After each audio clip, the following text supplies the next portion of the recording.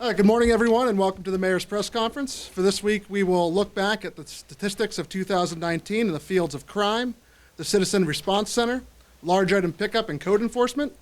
We will announce the official kickoff year of the census. We will activate our vision through our welcoming, vibrant neighborhoods, showcase MLK Day events happening throughout the city, and provide an update on Learning. Now I'll turn it over to the Mayor. Mayor?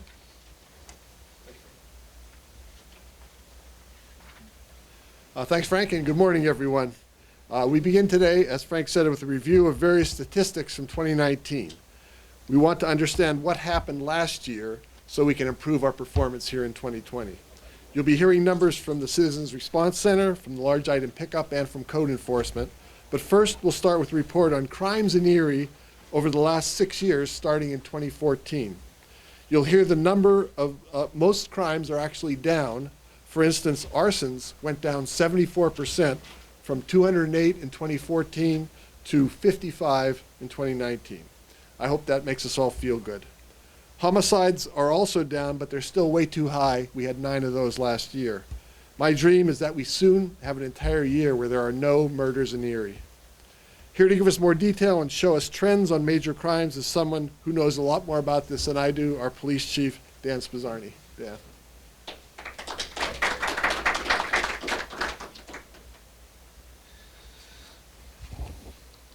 Okay, just to give, we took a look at our past 6-year stats, not just looking at 1 year at a time, but what the overall trend has been in the city here. And we'll get some good news. I'll go through these pretty quick here so I don't bore you with a lot of numbers. But as you heard the mayor say that the arsons have gone down 74% over this 6-year term that we've got here. Next is our auto theft. We're down to 89, which is our lowest, but it is kind of an odd trend. We're down at 96 and 14, but again, it's trending down. It's a good stat for us. The burglary unit, we're seeing a continued decrease, not just in 1, 2, 3 years, but over the whole 6 years. I don't know if Lieutenant Matson was able to make it this morning. He's been in the burglary unit this whole time and been working. He was promoted this past year to lieutenant, and we continue seeing that trend go down in that unit. So at one point years ago that we were experiencing almost 1,200 burglaries in 1 year. So approximately, I think, four burglaries a day. Now at 396, we're just slightly over 1 a day on a stat. So we thought that was a great number. We know that in 2018, our homicides spiked a little bit there from 7 to 11. But again, this past year started trending down again at 9. We're on the right path there. The next slide talks about homicide versus firearm-related homicides. The number of homicides from, 10, 11, 9, but the number that are related to firearms was down to 5. We continue to make firearms a major priority because it's the one common denominator between all the crimes that really have an impact on the families and communities in our city. Our next stat talks about shots fired versus people shot. Again, we are concentrating on the gun crimes, so anytime we receive reports of shots fired, we respond, we report, we investigate. We do all we can to try to get to the bottom of it. Now, with the number of people actually shot, we did see a little spike there. In 2018, we were at 30. We did jump up to 42, so the trend did start up a little bit, but we're hoping that our continued efforts in focusing on gun crime can get that number back down and continue to drive it down. We noticed that when you look at the number of shots fired compared to the number of people shot, this was the first year we saw that little bit of jump, but we'll continue. Last year, we joined with the district attorney's office to join the gun working group. We continue working with Unified Erie as well as all our local law enforcement partners and I feel confident that we'll continue moving that down. Our next section is stolen firearms versus recovered firearms. We know that stolen firearms can fuel problems on the streets. One of our biggest things we've seen over time is the number of guns that are stolen out of cars, especially when they leave them unlocked. We just had a video we released, or we were looking at recently, where an individual left his gun in the car and it was unlocked. Fortunately, he had a video camera outside the house, and one of our officers was able to recognize the individual. That case is being pursued currently. But we continue, again, the number of guns that get stolen that should have never happened. Leaving a gun in an unlocked car just should not happen. Our next slide is the stolen firearms versus recovered firearms. You'll notice that, the city this past year had 79 guns stolen, but we recovered 204. So they could be that they were stolen from outside the city, or maybe it was just a legal weapon, but it was used in a crime, or it was recovered during a raid on a drug house, and we find guns in there. So we continued to recover a lot more weapons than get reported stolen, but it doesn't do them all. Next section is the surprise to us. Our rate trend was going very well. 2018 had leveled out with 2017, and then we see a little bit of spike here in 2019. And that's something that we're going to look at to see if we can find any common denominator, or why that number kind of spiked. The interesting thing is, even though it spiked, it happens to be 57, which is the same number as in 2014 when we had 57. So it's not like it's gone way up and above, but it did return to that previous level. So we'll look and see if we can't find what may have occurred there. Robberies, our next section.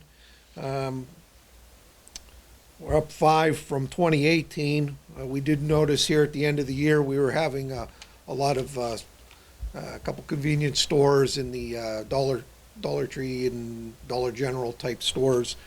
Those investigations are ongoing. There's some leads that we're going for, and hopefully we'll get some arrests. With those arrests, stop that crime, and hopefully that number comes back down again next year. The last one kind of sums up all of them, although it's specifically theft, but it shows that they continued. Didn't realize we had lost it. Sorry. Sorry, I wasn't aware of that. The last section is theft, and the number continues going down, and you'll see that the trend for 6 years is that number has been inching down, and it's got a good trend going. We've dropped the number of thefts over 25% in the last 6 years, from over 2,000 to down to 1,400. So the trend has been great. I think overall I'm very pleased with the department's numbers at this point. I know that the police officers, the detectives, will continue to work hard to make Erie a safe and welcoming community. The last thing about the numbers is next year, well, this year actually, there's a new reporting system going into effect that the federal government has put in. So far, we've always referred to the UCR, the Uniform Crime Report, a lot of people are familiar with. The federal government has been working towards a new incident-based reporting, IBR system.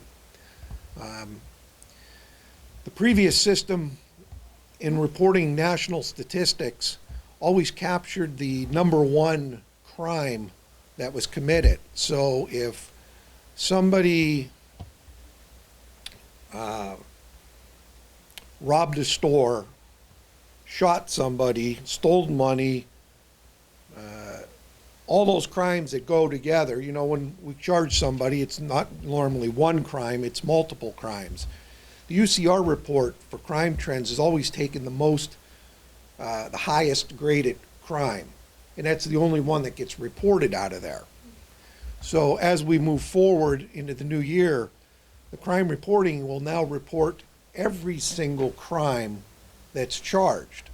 So how that will affect our stats keeping and that, we're not exactly sure. We're working on it, but we know that there'll be new numbers coming out a year from now that are going to look totally different from what we've tracked. Hopefully we'll be able to keep tracking our numbers this way internally, but on the federal level, you'll see a big difference, and I just want to make sure everyone was aware that that's coming. That's all I have. Thank you very much, Mayor. Can I ask you a question? I know you do questions at the end, but the rate numbers, I just wondered, would you know if that might possibly be related to more reporting? We know that there are unreported sexual assaults, and I just wondered, in light of all the, the Me Too movement, or if you don't know, how would you find out if it's actually because more people are reporting? It could be. I spoke to the lieutenant and actually the sergeant that handled most of the rape reports this morning. We had brief conversations that we're going to pull out those. It's only 57 reports, but we're going to pull them all up and look at it to see if we can find what the trend is. Thank you, Chief. I really appreciate the leadership that you and the command staff provide, and I really value the work of all of our police officers. I have a deep respect for our police officers. Several of them are in the back here. They put themselves really in harm's way every day. I'm especially grateful for the transformational work you guys are doing in programs like Unified Erie, the Police Athletic League, strengthening police community partnerships. Thanks very much for that. Our police officers are really helping keeping Erie and our neighborhood safe, welcoming, and vibrant. Before I go on, I just want to acknowledge a couple of elected officials that are here with us. Thanks to Teresa Stankiewicz, our controller, Liz Allen from City Council, and Kathy Schaff from City Council for being here also. So I think the most important thing we've done since taking office is to try to improve service to people in Erie. We set up the Citizen Response Center back in 2018 under the leadership of Moss Sala. And I think is Moss here? Could Moss stick his head in and say hi, or did he take? He was here a little bit ago. Okay. We encourage citizens with questions, concerns, complaints, or even if you have a compliment about a city service, you call 870-1111. That's our Citizens Response Center. Moss's great work has continued here in 2019. He's handled 2,529 calls, as you can see in the PowerPoint. That's 263 more calls than we had back in 2018 when we initiated it. Moss typically resolves these issues within 2 business days. Moss gives me weekly reports on delinquent issues, and I'm happy to say there's some weeks I don't even get a report because everything's current. When I do get a report, it's usually 1 or 2 issues. They'll follow up with the department head to find out why, and you can attest to that, right? The department heads that are here, I come and say, why isn't this done? I'm proud that the vast majority really of these calls do get resolved just in a couple days. I want to thank Moss for implementing the City Hall greeter program at State Street here in 2019. These volunteers have really transformed citizen visits here. Instead of it being cold and confusing when you come in the front door, now I think it's warm and welcoming, and we're going to continue that. Many thanks again, Moss, for your hard work and dedicated service to the residents of Erie. I look forward to seeing what Moss will be doing here in 2020. I also want to remind all Erie citizens, if you have a question, concern, complaint, or compliment about city services, please call Moss at 870-1111 or visit the city's website, which is cityof.erie.pa.us. 2019 was the first full year we had our large item pickup in Erie. This replaced the 4-week program that we had for pickup of large items that took place during April. The April spring cleanup was expensive. It was also difficult to manage, and it left many neighborhoods in bad condition for weeks afterwards. The year-round large item pickup is much less expensive and keeps the city much cleaner. Citizens no longer have to store large items till spring, but can now call and schedule a pickup immediately. In 2019, we hauled 850.5 tons of large items at a total cost of $46,000. This approach is not only more convenient and effective, It also reduced the city's costs significantly from the April spring cleanup, which used to cost us about $100,000 a year. So that's a big savings for our taxpayers. In recycling, we hauled over 3,500 tons at $40 per ton for a total cost of about $146,000 last year. Now here in 2020, the fee for recycling is tripled to $125 a ton. So, and that's because of the difficulty they're having in actually getting rid of or marketing recyclables. Next, we're going to move to code enforcement. And the city's code enforcement staff is really doing a great job throughout the city under the leadership of Andy Zimmerman. The big change there in 2019 was the implementation of the Quality of Life ticketing program as a tool to eliminate blight. We have rolled this out slowly so we can learn.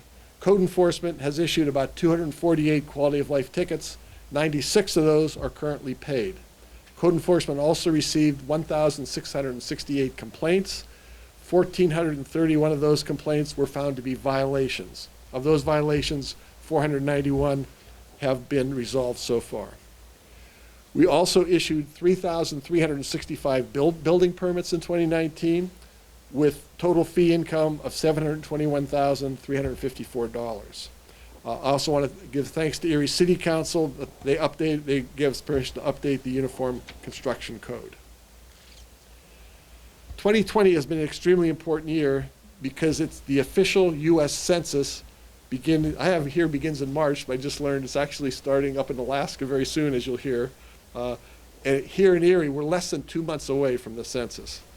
The United States Census, which takes place every 10 years, it's once every 10 years, it's the most important thing, I think, that's going to happen in Erie this year. If we do not get an accurate count, it will cost our region millions of dollars per year for the next 10 years in federal aid. Along with the county and other municipalities, we hired Michelle Jagai as our Census Outreach Coordinator.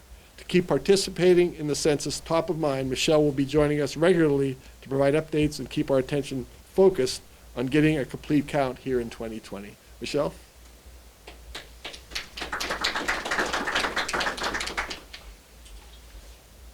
Thank you, Mayor Schember, and thank you everyone for your time. January 2020 marks the beginning of a very exciting year for our nation, as it is both a presidential election year and a decennial census year. The count of every person living in our nation begins next week, when those living in remote areas of Alaska will be counted. As part of the planning it takes to accomplish the large undertaking of counting every person in the United States, the Census Bureau is aware of the need to count this area in Alaska now while the ground is frozen and the homes are accessible. Here in Erie County, most of us will be counted when we receive an invitation in the mail mid-March. This invitation will have the option of responding to the census survey online or via touch-tone phone. Paper copies of the census form will be available for those who do not respond online or via telephone. Not only is it your civic duty to respond, it is vital for our community. The data from this count determines funding for programs in our area. Each person not counted in the census is a loss of $2,100 a year, every year, for 10 years, of money which comes back into our community for school programs, health programs, housing, and utility benefits. Additionally, the population count for Pennsylvania will determine our fair share of congressional seats. Please remember, your response is fast, easy, and confidential.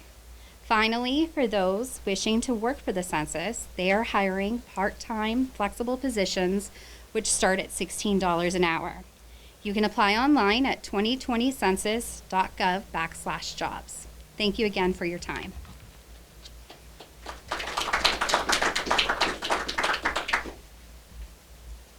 Thank you very much, Michelle. In the 2010 census, we know for a fact there were several thousand residents of the Erie region that were not counted. Those not counted included especially immigrants and refugees or first-generation Americans. And since 2010, we've probably sworn in about 5,000 new Americans at the federal courthouse. We need to get everybody counted. Others that we often miss are seniors who may be in their homes and don't get out, college students, and children especially. So for every individual not counted, we lose $2,100 per year for the next 10 years in federal funding.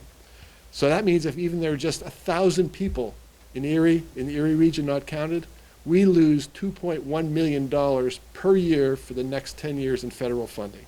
So again, this is very important, and I hope everyone will work hard to make sure everyone in the Erie region, not just the city, but the entire region, is counted when the 2020 census starts here. A week ago, we announced 26 key performance indicators in our Activating the Vision booklet. I'm sure you've all heard about that. By the way, if you haven't gotten a booklet yet, I brought in a few over here and would encourage you to take one. So we use the 26 key performance measures that we have in here over the next 10 years to measure our success in transforming Erie into the vision that we have for it. For the next several press conferences, we'll be providing more detail on what we're doing to accomplish these key performance indicators. Today, we're going to start with welcoming vibrant neighborhoods. There are great neighborhood meetings that take place all the time here in Erie. Frank Stramella is placing a list of the neighborhood meetings on social media and the website, along with our city planner, Kathy Rosnick. Frank will also begin hosting a podcast thanks to the community access media. These podcasts will allow neighborhood leaders to showcase everything that is happening in their neighborhoods. And there will be more to come on this. Today, I'd like to invite our AmeriCorps Vista, Crystal Oatworth, to tell us about the upcoming neighborhood meeting at Academy Marvintown. Crystal. Thank you, Mayor Schember.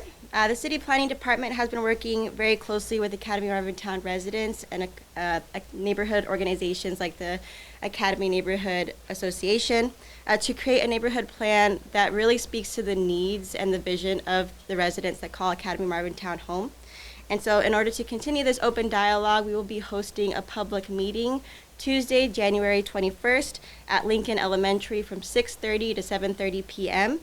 This will be a time for residents to hear more about the neighborhood plan, specific strategies on home rehabilitation, street repairs, and more. And this will also be a time for residents to provide input and also learn more about how to get involved with future neighborhood initiatives as well.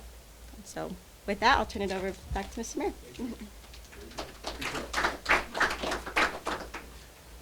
Thank you very much, Crystal. Talking to residents, talking to people is my favorite thing to do as mayor, to be honest. We've heard ideas and concerns of the residents of the Academy Marvintown neighborhood, and we'll showcase a story map on how we plan to make their neighborhood even more welcoming and vibrant than it already is.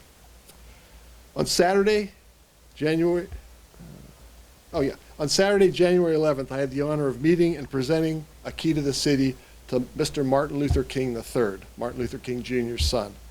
I was moved by his speech, which can be found, by the way, on our social media.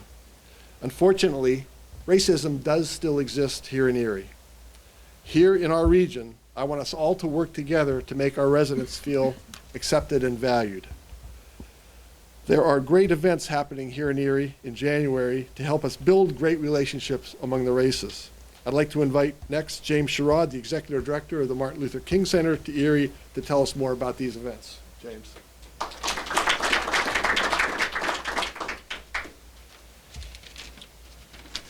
Good morning, everyone.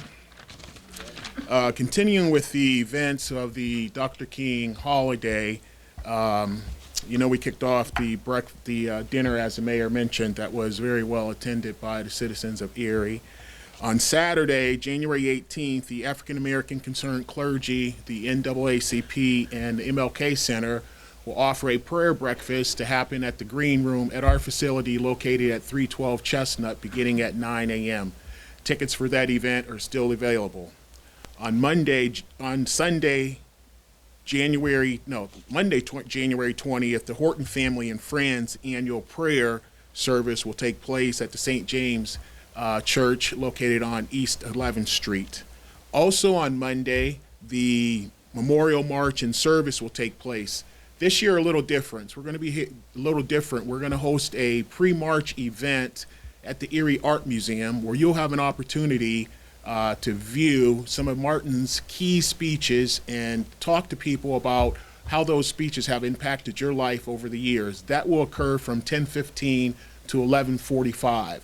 At the same time that that event is going on, we hope that people from the city of Erie will gather in Perry Square at 11:30 to have some refreshments and to begin to get ready for the march that will kick off at 12 noon that day.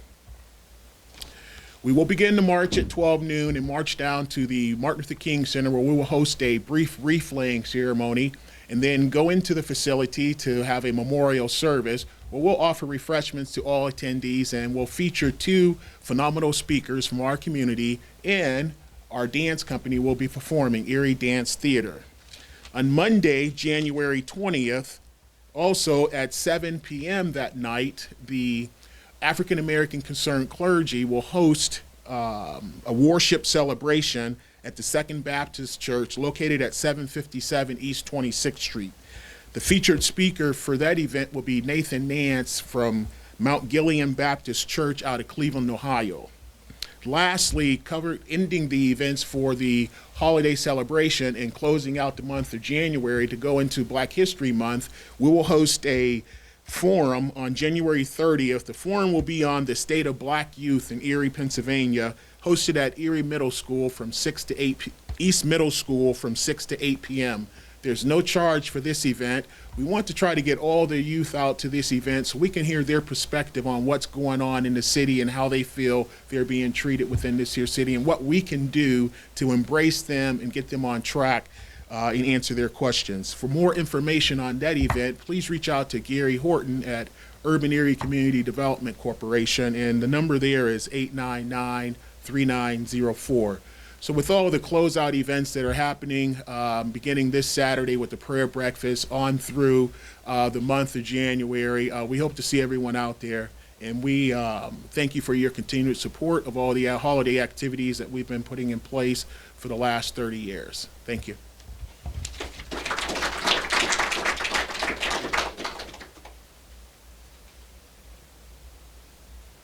Thank you, James. And that dinner on Saturday was an incredible experience. And I do look forward to marching with you too on Monday, and hopefully a lot of other citizens will be marching with us as well.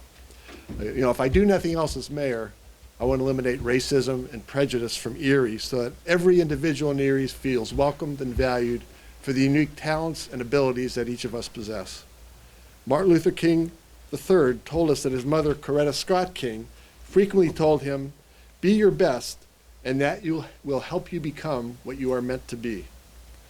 When all residents feel like they belong, find their passion, and become their best selves, their God-given talents and gifts will be empowered. Then we will have an incredible community that we can't even imagine now. In the 4 weeks since our last LRTA update, we had 6 new LRTA permits issued and additional investment of a little over $2 million. It was $2,096,250 here into Erie neighborhoods. Most of this was on the residential side in these last 4 weeks, and we received 5 new residential LRTA applications for a total investment of $2,027,250. One of these was for new overhead doors and painting on a residence. The other 4 were all interior renovations, and there was one very large one, which is at 462 West 6th Street. That's going to be an investment of $1,950,000, so almost $200,000. I'm sure I love driving across West 6th, seeing all that reconstruction going on. That neighborhood is really being revitalized. The one commercial application we had was for $69,000, and that was for some renovations to a parking garage. So as of yesterday, October 15th, it's been 27 weeks since the new LRTA went into effect on July 3rd of last year. So we've now had 91 LRTA applications with a total investment in Erie of $27,444,018. LRTA is really stimulating new construction in Erie more than I honestly even imagined. I can't wait to see what happens once our new construction begins here in the spring. Finally today, I want to share one more thing with you before we close. This is very personal, but I'm hoping other Erie residents may be able to learn and benefit from what I'm about to say. I really appreciate the fact that my wife, Rhonda, is here to support me on this as well. But Rhonda and I recently learned that I have prostate cancer, which was thankfully detected very early. I'm blessed with a great physician, Dr. Peter Lund, who has discovered this cancer during his normal screenings. In consultation with my doctors, I have planned a treatment schedule that will begin in the coming weeks. Those treatments will last several months, but will not hinder my ability to perform any of my duties as mayor. I will continue to be as active as ever, I promise you that. I'm very grateful that Dr. Lund caught this cancer quickly and created a treatment plan that not only addresses my medical issues, but also allows me to continue serving the people of Erie without any interruption. There are many forms of cancer, but I want to take this opportunity to encourage everyone listening to schedule regular checkups with your doctors so that early detection and treatment are possible. That concludes today's press conference. Thanks very much to all of you for being here. And everyone who spoke is available for interviews now. Thank you.